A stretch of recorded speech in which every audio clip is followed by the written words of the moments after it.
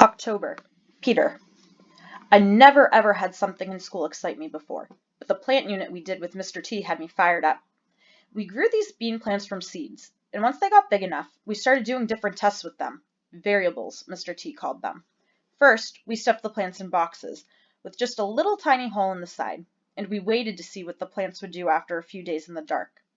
Anna had a meltdown about it. "I don't want to put mine in a box," she cried. Mr. T had to take her out in the hall to calm her down. I was kind of shocked. Usually she doesn't say anything. What a weirdo, I thought. It's no wonder she doesn't have any friends. It's a good thing Danielle was her partner. She's the patient kind. Anyone else would have been fuming. My partner was Lexi, which was fine. She let me do what I wanted. Next, we put the plants on their side to see how they would grow.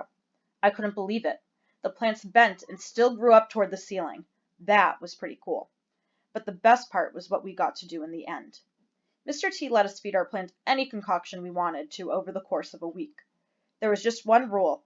We couldn't use an ingredient that would spoil and stink up the classroom, like milk or something that wasn't good for us to breathe, like gas. There were some pretty wild concoctions. David and Nick used salad dressing because, according to them, plants make salad. So the plant will like salad dressing.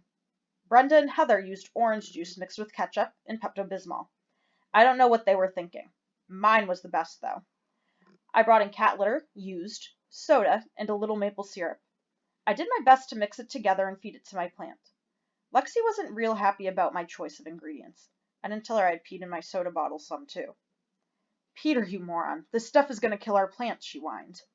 "Shut up. You never cared about the plant before," I said. "Well, I care now," she said. "Lexi, maple syrup comes from trees. I drink soda a lot and I'm growing.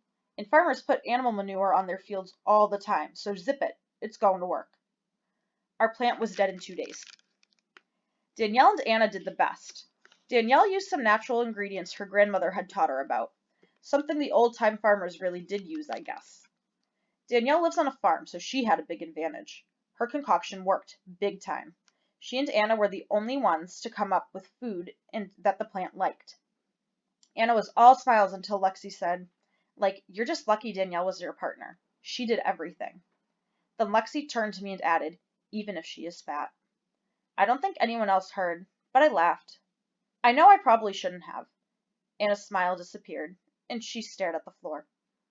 Poor old Luke sure tried. I think he put too much brain power in it, and he's got a lot of brain power. He's been the smartest kid in school since kindergarten.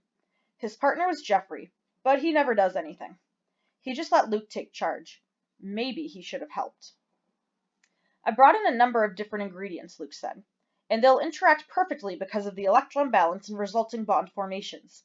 He even said something about the periodic table or some crazy thing. Well, you're never going to believe this, but Luke mixed his junk together and it started smoking. The next thing we knew, the stupid fire alarm was going off. The whole school had to go outside and even the fire department showed up. It was great. Mr. T had to do some explaining, and after a while we were let back inside. But Luke wasn't performing any more experiments for us. Man, things were just so much fun with Mr. T. Luke. We moved from cool math right into wicked science. The only thing I didn't like about our science unit was that we had to have partners. I prefer to do my projects alone, but Mr. Trupp teamed us up. We were working with plants, and he said we didn't have enough space for everyone to have their own. Jeffrey was my partner, which, believe it or not, worked out great because he let me do whatever I wanted. He didn't care. The only bad part was that he was always grumpy. $1 We studied phototropisms by observing how our plant grew toward light after we stuffed it into a box that had only a tiny hole in its side. We studied geotropisms by observing how our plant grew toward the ceiling, even after we tipped the plant on its side for a few days. And then we were given the opportunity to study a variable on our own. Mr. Trupp told us to manipulate the plant's nourishment. "Feed it whatever you want," he said. "Make your own concoctions." Jeffrey left me alone. He hated school and everything about it. That day, I hurried home and studied my periodic table. I received a special chemistry set last Christmas. Hydrogen and oxygen make up a special bond when they come together to form water, so I figured I should try to recreate the special bond with whatever molecular, $1 ingredients I chose. I looked through the chemicals in my set and picked the ones that would result in the same type of electron balance that occurred in the hydrogen and oxygen bond. I took my ingredients to school and got ready to measure and mix. Jeffrey was slightly interested at this point. Mr. Trupt, on the other hand, appeared a little uneasy about the whole thing, but he never stopped me. Luke, sometimes when you mix chemicals, it can cause a reaction, which then explodes. $word. I know, I said.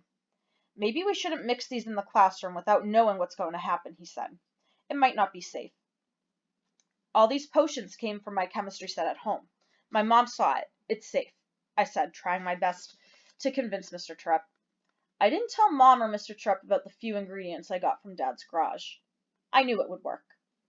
Hey guys, come and look at all the stuff Luke's mixing together, Chris yelled. I felt everyone gather behind me as I began mixing my substances together in a bowl. But before I could feed my plants, something happened. First, the bowl started feeling warmer, then hot. The potion turned dark green, then gray. It started bubbling, first slowly, then rapidly. I knew this was bad. Back up, everybody, back up! Get away from it, Mr. Trupp ordered.